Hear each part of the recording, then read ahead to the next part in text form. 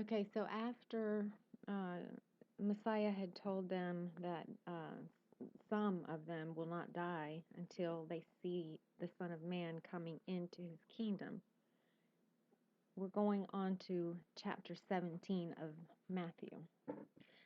Now, important, listen to this. After 6 days, Jesus took Peter, James, and John, the brother of James, with him.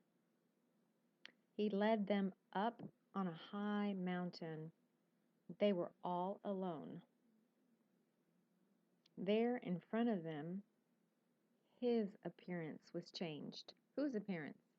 Messiah, Jesus. His face shone like the sun. His clothes became as white as the light. Just then, Moses and Elijah appeared in front of them. Moses and Elijah were talking with Jesus. Peter said to Jesus, Lord, it is good for us to be here. If you wish, I will put up 3 shelters. One will be for you, one will be for Moses, and one will be for Elijah.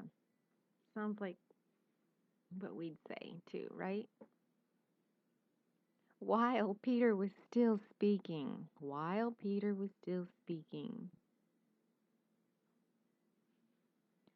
a bright cloud surrounded them. A voice from the cloud said, This is my son, whom I love, and I am very pleased with him. Exclamation point. Listen to him.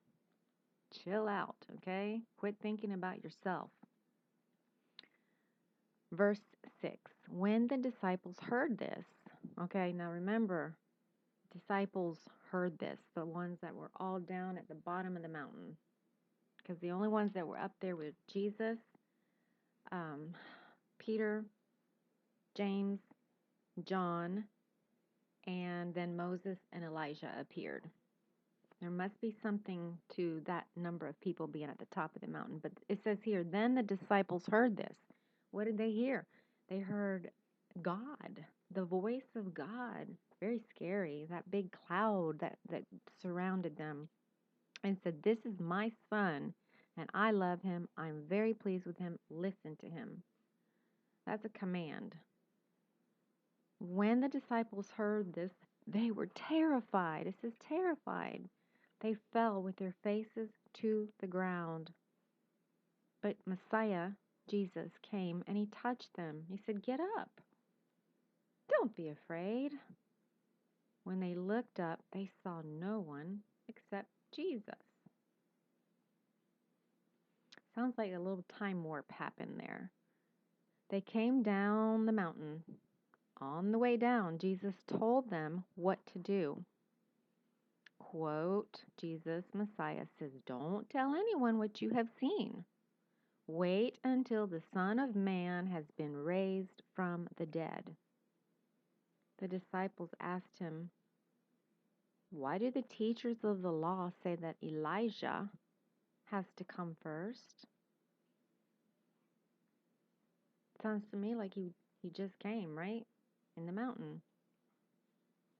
Jesus replied, That's right. Elijah is supposed to come and make all things new again. But I tell you, Elijah has already come. People didn't even recognize him.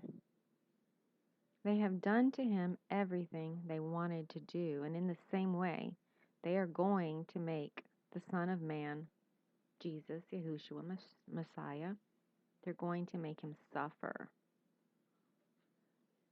Back on verse 12, where it says, But I tell you, Elijah has already come. I think there's a part in the New Testament where John the Baptist was saying, I come in the spirit of Elijah. Something to think about, to study. I don't know where that is right now. So then the disciples understood that Jesus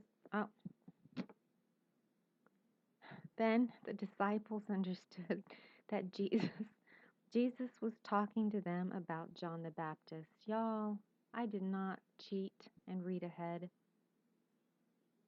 That just happened.